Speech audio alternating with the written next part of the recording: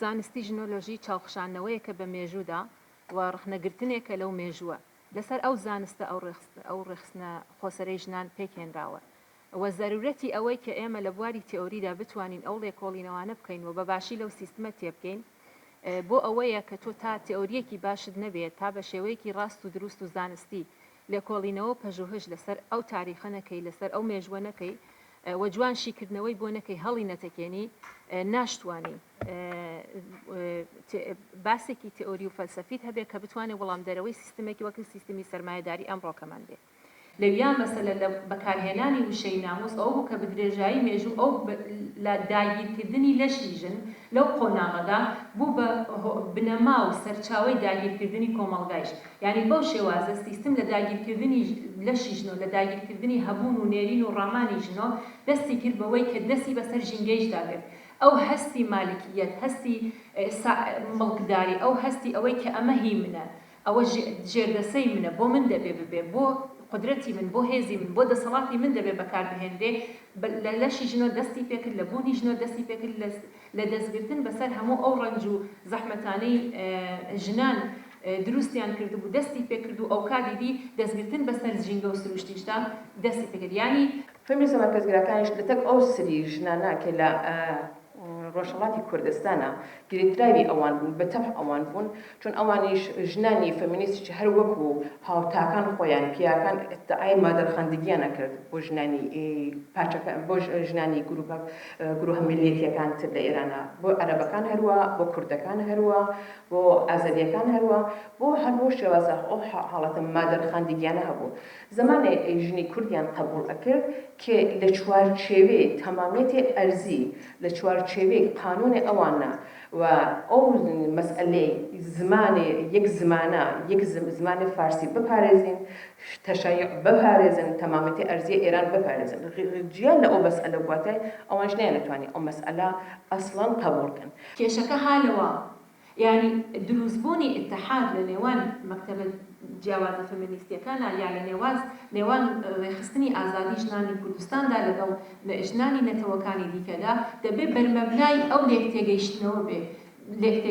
بێ دەبێت بەرمەبنای ئەوە بێ هەر کامان بە چه هویەتێک و ئازار دەچێژین ئەوی دیگەمان ببێت بە مەرهەمێک بۆ ئەو ئازارە ئەوی دیکەمان ببێت بە متحدێک بۆ لە بینبردنی ئەو ئازارە نه ئەوەی تەنها داخوازەکەی خۆی ببینێ لە هەمان کاتدا شۆڤینیزمی مەرکەزگەرای خۆی بێوێت بە هەمان تەفەکوری پیاوسالاری و بەسەر منا بچەوسێنێتەوە ئەو ژنە لە پیاوسالاری تێنەگەیشتووە ئەو ژنە پێویستە لە پیاوسالاری تێبگاوە بزانێ کە هەر شتێ تەبعیزێک لە ناو کۆمەلگادا ببێت یعنی تعریفی سادە لە فێمینیزم فەلسەفەیەکی فکریە کە بەدژی هەر نوع نابەرابەری و تەبعیز مبارزە دەکات ئەگەر لە وەکو تعریف ئێمە بێ تعریفی بکەین ئیتر دواتر بە پێی نیازی کۆمەڵگاکان یعنی مەکتەبی فەمینیستی جیاواز بە وجود هاتوون ئێمە ئەتوانین هەموو ئەو مەکتەبە فەمینیستیانە کە بەرامبەر سیستم وێساونەسۆ خۆیان تیار کردووە بەر ئەساسی نیازی مشترک دەردی مشترک و بەر ئەساسی یەک ئالتەرناتیڤێکیش کە بتوانین خۆمان هەموومانەوە ئالتەرناتیڤا ببینینەوە بە یەکێتی بگەین جیاواز لەوە ناگەین لێنابوو کە ئەو فەمینیستە غاڵەبە ئەوانە کە تئۆریسێنی فەمینیستی غاڵەبە خۆیان کێشتیانە حاشیەوە یعنی ئەسڵ غافڵگیر بوون دوای ئەوکە غافڵگیر بوون و زانیان مەسئلەکە لە دەستیان دەرچوو بۆ بە هیچ جۆرێ ناتوانن قەزیەکە کۆنتڕۆلکە شڕیان کرد بەسەری مەقاڵە نووسین مەقاڵە نووسینی کە خۆیان ڕخنەیان لە خۆیان نەکرد لێن هەڵە کە ڕخنەیان لە خۆیان نەکرد ئێوە ئێشتا ئیسە چاپ بکەین بەڵام جوابێکیان بۆ ئەو چاپەوە نەبوو ئێمە وەختە تێکیانە قسەمان کرد وتمان ئەگەر ئەو فەمینیستە کە هاتە خیابان هاواری کرد و لەشکی لابرد و شڕۆی کرد بە شعاردان و شڕۆی کرد بە شتکردن بەهۆیەوە کە ڕەهبەریەتێکی نەبوو و بەهۆیەوە کە چوارچێوەیەک مشخصی ایدئولوژی نەبوو شکستی خوارد.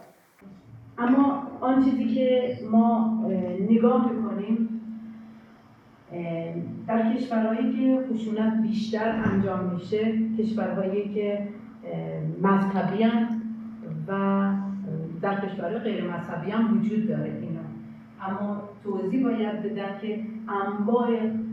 خشونت هایی که میشه قتل‌های عمومی در کشورهای مذهبی سنتی به شدت زیاده که خشونت‌های نظامی در جنگ زیاده اعدام‌ها گمشدگان قهری کمپ‌های کار بردگان و حتی خشکسالی هم یک نوع خشونته ولی نوع اون خشونت طبیعت بر انسان هست.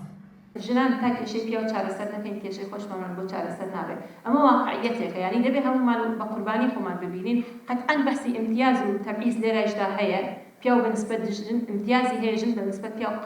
موردی تەبعیزە بەڵام ئەگەر بمانەوێت ئەو کۆمەڵگا لە هەموو ئەو کێشانە چارەسەر بکەین بە نەزەر من دەبێت ئەوەش بکەین و بە نەزەر من لە ڕۆژاوای کوردستانە یعنی وەک